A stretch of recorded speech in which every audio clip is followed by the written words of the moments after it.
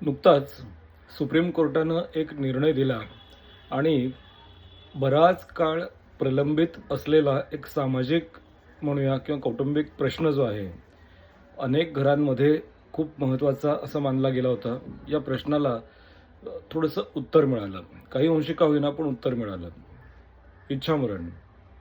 आपल्या सगळ्यांना माहिती आहे, अरुणा शानबाग जे एक उत्तम नर्स होती के हॉस्पिटलमध्ये आणि त्याच्यानंतर जवळपास 36-37 वर्ष ती कोमामध्ये होती आणि डॉक्टरांकडनं हॉस्पिटलकडनं त्यावेळेस ते तत्कालीन जे एक अधिष्ठाता होते त्यांच्याकडनं खूप सेवा झाली आणि त्यांनी माणुसकीचं एक उत्तम दर्शन सगळ्यांना घडवलं.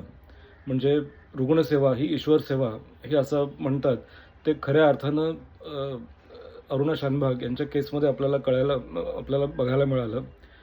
सर्व परिचारिका त्या हॉस्पिटलमधल्या आणि डॉक्टर्स यांनी सगळ्यांनी मिळून 35-36 वर्ष अरुणा शानबागची खूप छान काळजी घेतली होती.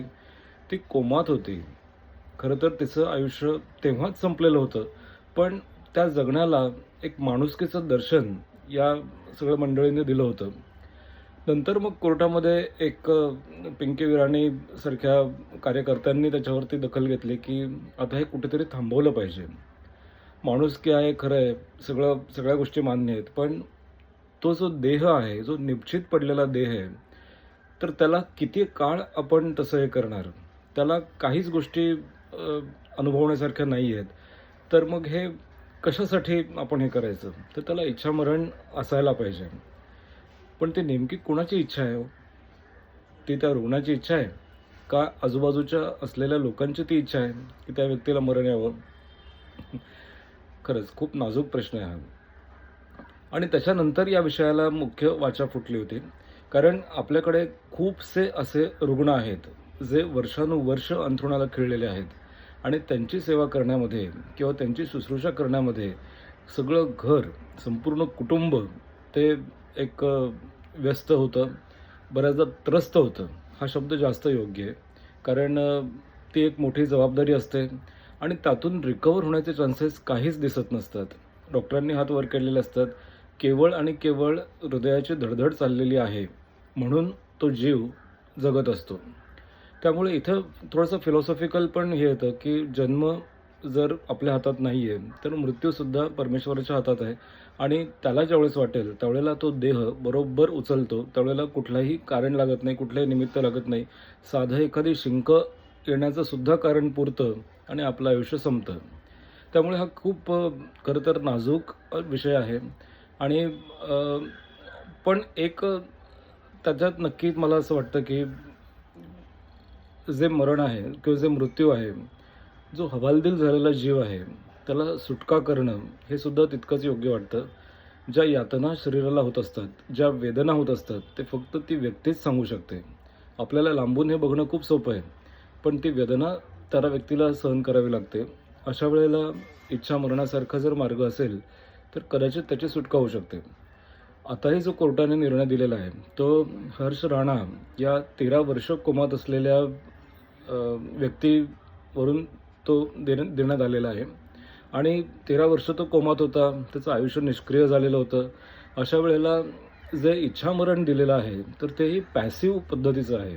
म्हणजे निष्क्रिय पद्धतीचं आहे, की जिथे एक सपोर्ट सिस्टीम रुग्णाला दिली जाते. व्हेंटिलेटर्स आहेत किंवा कृत्रिम ऑक्सिजन्स आहेत, नळ्या दाखवल्या जातात आणि कुठेतरी तो जीव धगधगता राहावा, कुठेतरी ते धडधड छातीची चालू राहावी, यासाठी जी सपोर्ट सिस्टीम एक्सटर्नल किंवा बाह्य रूपाने दिली जाते, तर ते बाह्यरूप बंद करणं अर्थात यांच्या डॉक्टरांच्या सल्ल्यानुसार आणि नातेवाईकांच्या परवानगीनेच. तर ते काम आता सोपं झालेलं आहे. म्हणजे ते काम कोर्टाने असं दिलेलं आहे, की ते निष्क्रिय किंवा पॅसिव्ह जे इच्छामरण आहे, जे सपोर्ट सिस्टीम आहे, ते आपण काढून घेऊ शकतो. व्हेंटिलेटर बंद करणं, ऑक्सिजनचा पुरवठा बंद करणं किंवा कृत्रिमरित्या जे त्या जीवाला जगवण्यासाठी केलं जातं, ती सिस्टीम बंद करून त्या व्यक्तीला यमलोकात जाण्यासाठी मार्ग सोपा करून देणं, हे आता झालेलं आहे. त्यामुळे या निर्णयाचं स्वागत आहे.